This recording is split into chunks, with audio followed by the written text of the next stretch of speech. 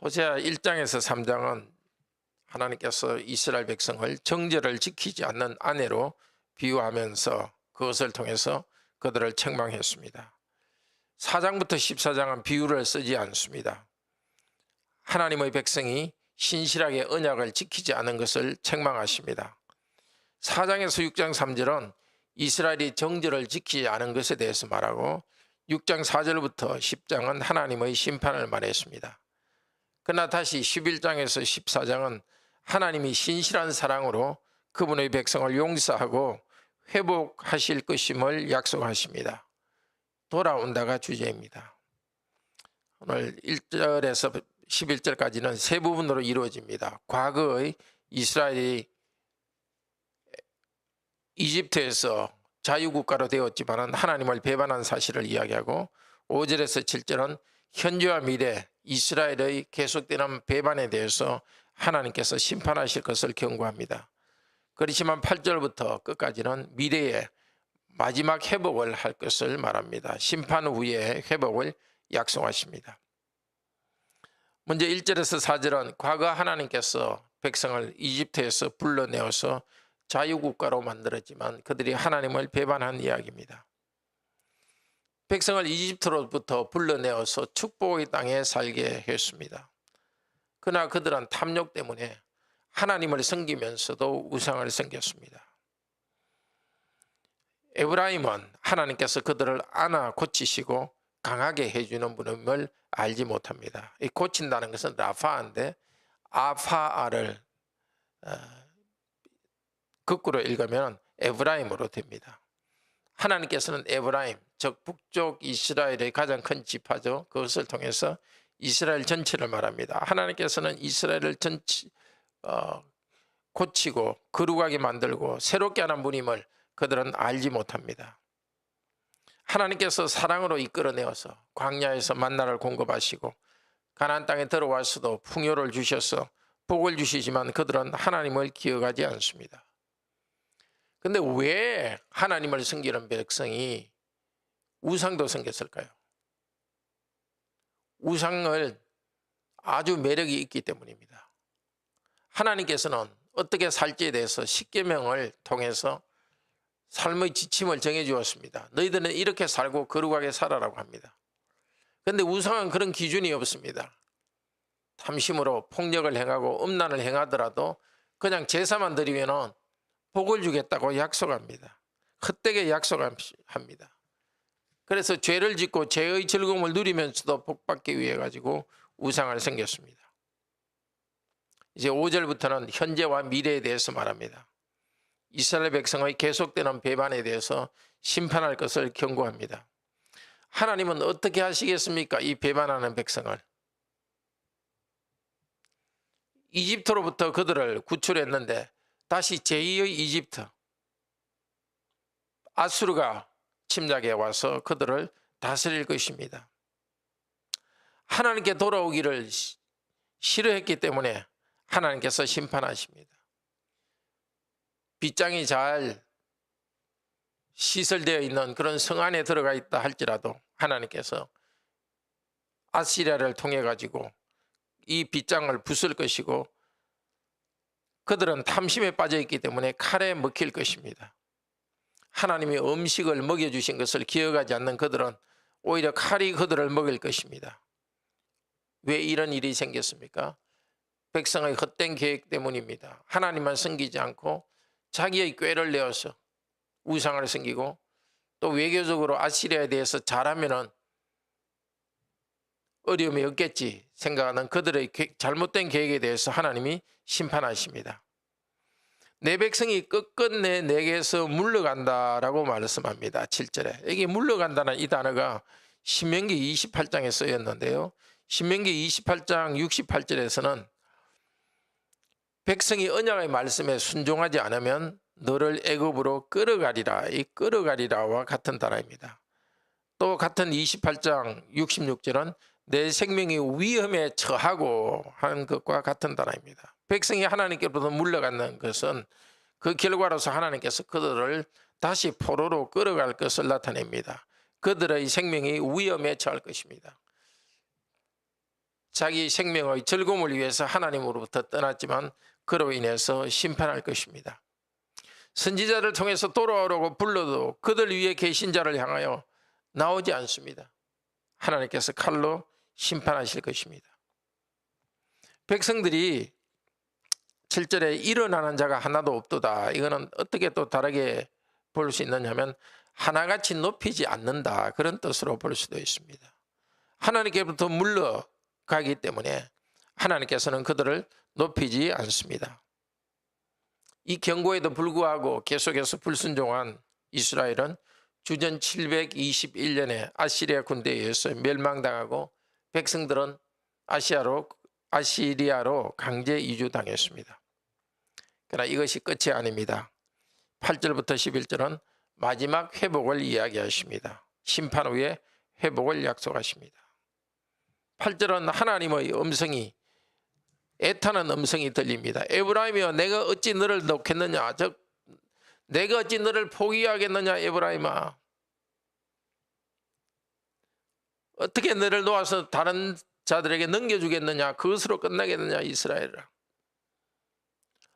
내가 어찌 너를 아드마같이 포기하겠느냐, 스보임같이 너를 두겠느냐. 이 아드마 스보임은 소돔과 고모라가 멸망할 때에 소돔 고모라 근처에 있던 작은 성들로서 함께 멸망한 나라입니다. 즉 아드마 스보임같이, 이 말은 내가 소돔과 고모라에 대해서 심판했듯이 완전히 너 민족 자체를 없애버리겠느냐. 하나님은 맹렬한 진노의 불을 백성들에게 쏟는 대신에 사랑의 불이 타오릅니다. 다시는 그들을 멸망하지 않을 것입니다. 소돔 고모라처럼 민족적으로 멸망시키진 않을 것입니다. 비록 왕조는 없고 남의 땅에 포로로 가더라도 하나님께서는 그들은 살게 해줄 것입니다.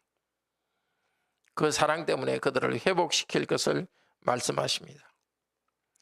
회개하라고 부르시던 여호와 하나님께서는 당신의 거룩한 땅에서 사자처럼 부러지질 것입니다. 멀리 아수르의 포로로 잡혀가 있는 자들, 또 이집트에 있던 자들, 하나님 백성이 그 소리를 듣고 돌아올 것입니다. 두려워 떨며 올 것입니다. 아버지 사자가 부를 때에 새끼들은 사자 새끼처럼 와야 되지만 이스라엘은 새처럼 돌아올 것입니다. 자기 지은 죄를 회개하면서 떨며 올 것입니다. 그 큰 사랑에 황송해하면서 경외하며 올 것입니다. 그들 안에 독수리의 강함은 없습니다. 그렇지만 라이언 킹의 힘을 의지하여서 참새처럼 비둘기처럼 날아올 것입니다. 그들은 평안히 자기 집에서 살게 할 것입니다. 살게 한다는 것은 야샤브인데 돌아온다, 슈브라는 말과 비슷합니다. 자기 땅에서 야샤브, 평안히 살기 위해서는 슈브, 하나님의 은혜로 돌아와야 됩니다. 동과 서에서 온 세계로부터 하나님 백성이 돌아오는 것은 우리 주 예수 그리스도를 통해서 성취되었습니다.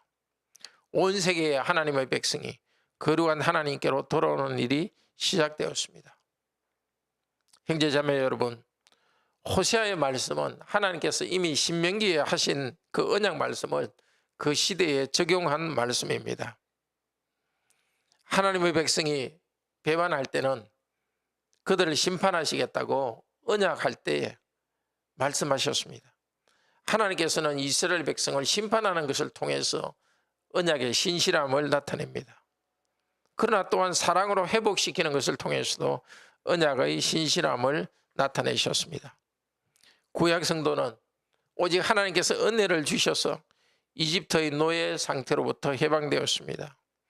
그런 복을 받은 후에 우상을 향해 나아갔습니다. 결국 우상의 나라에 노예로 잡혀갑니다. 우상 숭배하는 나라 아시리아에게 노예로 다시 잡혀갑니다. 여기서 우리는 교훈을 받읍시다. 우리는 그리스도의 십자가의 은혜로 죄 용서받고 마음의 평화와 물질적 육체적 복을 받고 거룩한 삶을 살아가고 있습니다. 이 복에 들어와 있습니다. 그러나 탐욕에 빠져버리면 하나님의 말씀을 버리고 추한 인생을 살게 됩니다. 그렇게 살지 맙시다. 하나님 아닌 어떤 것을 하나님처럼 높이면 결국 그것이 우리를 함정에 빠뜨립니다. 우리가 하나님의 사랑의 책망을 듣지 않으면, 말로는 책망을 듣지 않으면 매를 들어서 우리를 권징하시고 정신을 차리게 하십니다. 그러나 우리를 벌하시는 하나님은 우리에게 무한한 자비를 베풀어 주십니다.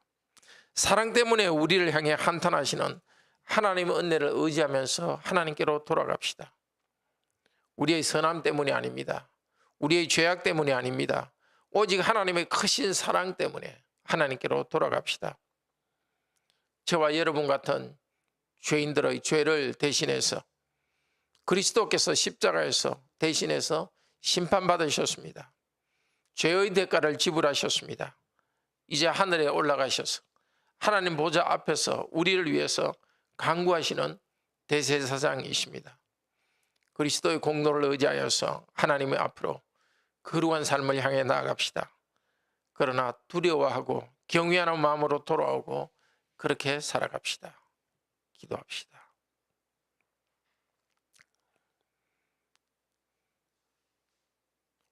예수 그리스도의 보혈 공로로 죄 용서받아서 하나님 말씀을 배우고 성령님 의지하여 거룩하게 살아가는 이 길을 우리가 걷기 시작했습니다.